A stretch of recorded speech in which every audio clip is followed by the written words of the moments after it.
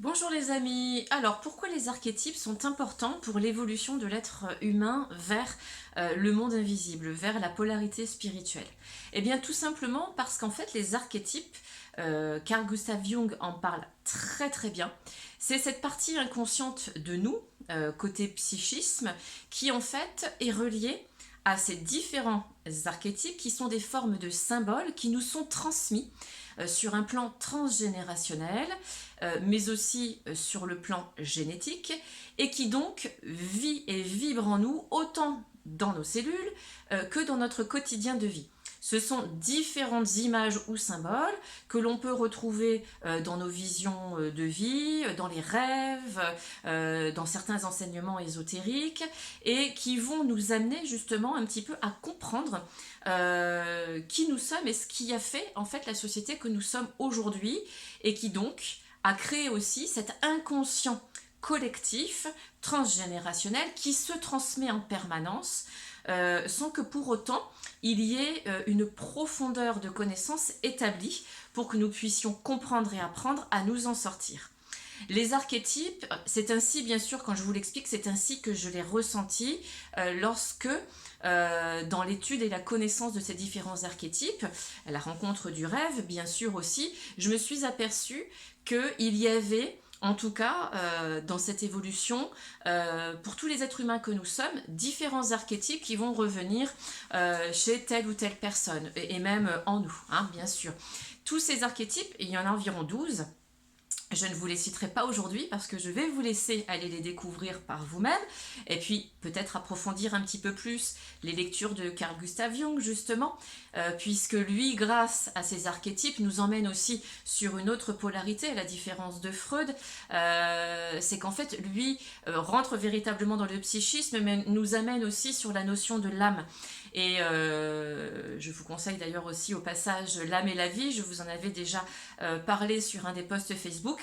Je vous le conseille si vous voulez rentrer plus profondément justement dans la connaissance de votre âme qui nous emmène vers cette intelligence émotionnelle qui fait que nous commençons aussi à nettoyer ces différents archétypes sur le plan de notre génétique. Voilà pourquoi vous rencontrez aussi bien souvent le nettoyage cellulaire sur les différents outils et techniques qui nous sont proposés aujourd'hui. Alors bien sûr, comme tout outil est technique, évoluer. Un outil vous sert pour continuer votre évolution. Hein, bien souvent, bon, je vous parle dans mon cheminement, chaque outil m'a servi dans mon avancée. Jamais je n'ai stagné sur un outil. Toujours évoluer de manière, rappelez-vous, à toujours laisser l'involution de l'être spirituel que nous sommes se faire.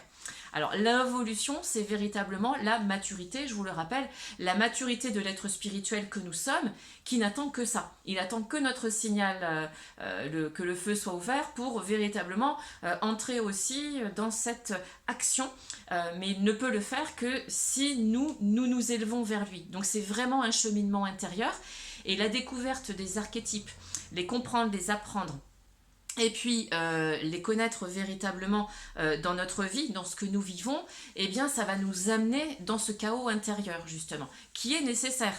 Le chaos intérieur, c'est ce qui nettoie. C'est le décapant en fait, hein. C'est un petit peu la lessive que vous mettez dans votre machine à laver pour enlever, excusez-moi, les taches sur le vêtement. Plus vous allez utiliser justement cette vibration-là, et plus vous allez vous élever. Donc allons-y, faites ce nettoyage, parce que plus vous nettoyez vos cellules de toutes ces mémoires en conscience, plus vous allez bien vous élever. Voilà, ça c'est une certitude. Donc vous allez sortir de l'éducation de base, avec tous ces archétypes transmis à l'infini, hein, c'est le samsara chez les bouddhistes, et les bouddhistes, ça se reproduit à l'infini, donc tout le monde fait pareil tout le temps, et vous allez entrer dans l'élévation. C'est-à-dire que là, vous allez sortir du fait que vos parents, la société nous ait éduqués, et nous allons rentrer dans la famille du père-mère qui nous élève. Nous commençons à nous connecter, rappelez-vous, à ce fameux père-mère qui est relié dans notre cœur par la voix du cœur, qui est tout simplement l'outil de l'amour. Eh oui, encore, on parle toujours de l'amour. Plus vous serez en amour et plus vous allez vous nettoyer rapidement. Mais je sais, le plus délicat, dans ce chaos intérieur, c'est que nous rencontrons notre personnalité et le mental ego. Et là, c'est délicat parce qu'ils sont nécessaires. Les deux font partie du monde visible, nous l'avons construit justement au travers de l'éducation. Et lorsque nous commençons à nous élever, c'est lui, un peu comme le stress naturel de notre corps, qui nous dit attention, c'est le stress du lion. Qu'est-ce que tu fais? T'es sûr que c'est bon pour toi ou tu t'en vas en courant? Vous voyez, c'est ça aussi. Le mental ego, il est important de le conserver. Hein. J'entends parfois, non, mais moi j'ai plus de mental ego, ma personnalité, ça y est, c'est fini. Attention, nous sommes des êtres humains, demandant l'incarnation de l'être spirituel. Nous sommes dans un monde horizontal, d'accord? Le monde sociétal est un monde horizontal, mais nous sommes des êtres humains verticaux. Nous avons les pieds sur terre, la tête en l'air, et à nous d'apprendre à avoir le cœur ouvert. Et c'est plus nous allons nous élever nous-mêmes, là c'est nous qui rentrons dans cette élévation, plus nous allons l'avoir ouvert, ce cœur. Donc, le mental ego est important pour nous ramener les pieds sur terre. D'accord? Mais nous avons aussi la possibilité de garder justement la tête en l'air en laissant l'involution de l'être spirituel se faire par l'intuition et tout ça en équilibre par la voie du cœur. Donc ça va nous demander de sortir de l'intellect, de rentrer dans l'intelligence émotionnelle pour finaliser notre découverte et la connaissance de l'intelligence divine. Voilà, tout cela c'est un petit peu le plan, si je puis dire. Mais en tout cas, les archétypes, lorsque vous les rencontrez et que vous commencez un développement personnel, qui n'est que le point de départ, eh bien, vous allez rentrer dans ce chaos intérieur nécessaire.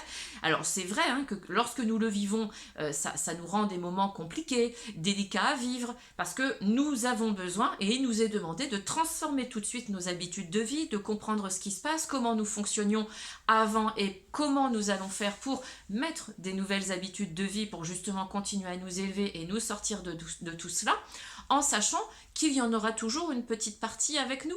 Rappelons-nous toujours le symbole taoïste du yin et du yang, c'est le symbole cosmique, toujours. Tant que vous gardez ce symbole à l'esprit, vous pensez au jour, à la nuit, au blanc et au noir, rappelez-vous toujours qu'il y a la tiédeur. Plus vous resterez dans la tiédeur, plus vous comprendrez qu'il ne faut pas que ce soit trop chaud ni trop froid. Voilà, donc pas trop vers la terre, pas trop vers le ciel. Dans l'équilibre de la voie du cœur, nous sommes incarnés sur terre pour apporter l'amour, pour que l'humanité soit au service du plus grand nombre, que nous soyons dans ce partage, dans la solidarité, que nous allions dans un cheminement d'être qui soit le plus véritablement libertaire, égalitaire, fraternel possible. Et bien sûr, chacun avec sa vérité. Parce que la base de la connaissance, c'est connaître sa vérité. Voilà. Il n'y a pas une vérité pour tout le monde. Il y a une vérité par la voie du cœur pour les plus de 7 milliards d'êtres humains que nous sommes sur Terre. Voilà ce que je voulais vous partager sur les archétypes. Carl Gustav Jung, je vais vous mettre un petit lien, comme ça vous pourrez aller directement lire l'introduction de cette pensée, justement. Je vous souhaite en tout cas de partir dans une belle aventure, de continuer à découvrir vos mystères. Je vous souhaite une très très belle journée ou une belle soirée. Et rappelez-vous, prenez bien soin de vous.